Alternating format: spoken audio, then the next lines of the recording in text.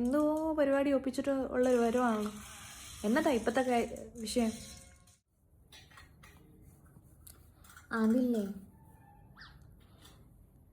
ഞാൻ നിന്നോട് അന്നത്തെ ഒരു കാര്യം പറഞ്ഞില്ലായിരുന്നല്ലേ, അവർ എന്നെപ്പറ്റിയും എൻ്റെ ഫാമിലിനെ പറ്റിയാണ് ആവശ്യമായിട്ടുള്ള കാര്യങ്ങൾ പറഞ്ഞു പരത്തുന്നത്.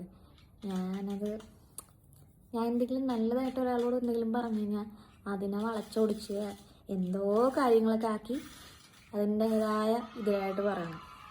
എനിക്ക് സത്യം പറഞ്ഞാൽ വിഷമം വെച്ചാൽ ഞാൻ ഒരാളുടെ നല്ല കാര്യത്തിന് വേണ്ടി പറഞ്ഞിട്ട് അവരത് അങ്ങനെ എടുത്തപ്പോൾ എനിക്ക് ഭയങ്കരമായിട്ട് വിഷമമായിട്ട്.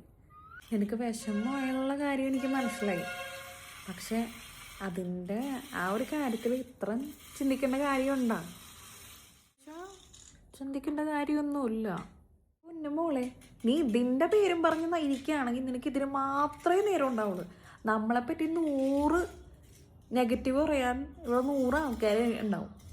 നല്ലത് പറയാൻ ഒരാൾ പോലും കഷ്ടിലേക്ക് ഉണ്ടെങ്കിൽ ഉണ്ടെന്ന് പറയാം.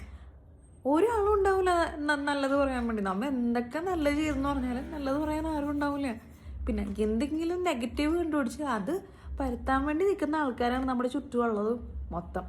നീ എന്തിനാണ് വെറുതെ അവരുടെ ജോലി അവർ ചെയ്തോട്ടെ, നീയായിട്ട് അതിൽ ഇടപെടാൻ നിൽക്കണ്ട.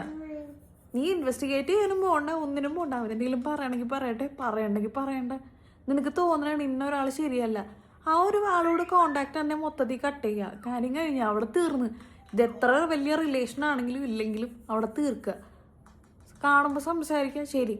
അതിൽ കൂടുതലുള്ള ഒരു ബന്ധവും നിനക്ക് അത്രക്കും ഇതുണ്ടെങ്കിൽ ഞാൻ സംസാരിക്കാം, അല്ലെങ്കിൽ അതും വേണ്ട എന്നേ ഞാൻ പറയുള്ളൂ. സംസാരിക്കാതിരിക്കുക എന്ന് പറഞ്ഞു കഴിഞ്ഞാൽ ഒരാൾ നേരെ ഇങ്ങനെ വരുമ്പോൾ നമ്മൾ എത്ര പേരോട് സംസാരിക്കാതിരിക്കാൻ പറ്റും?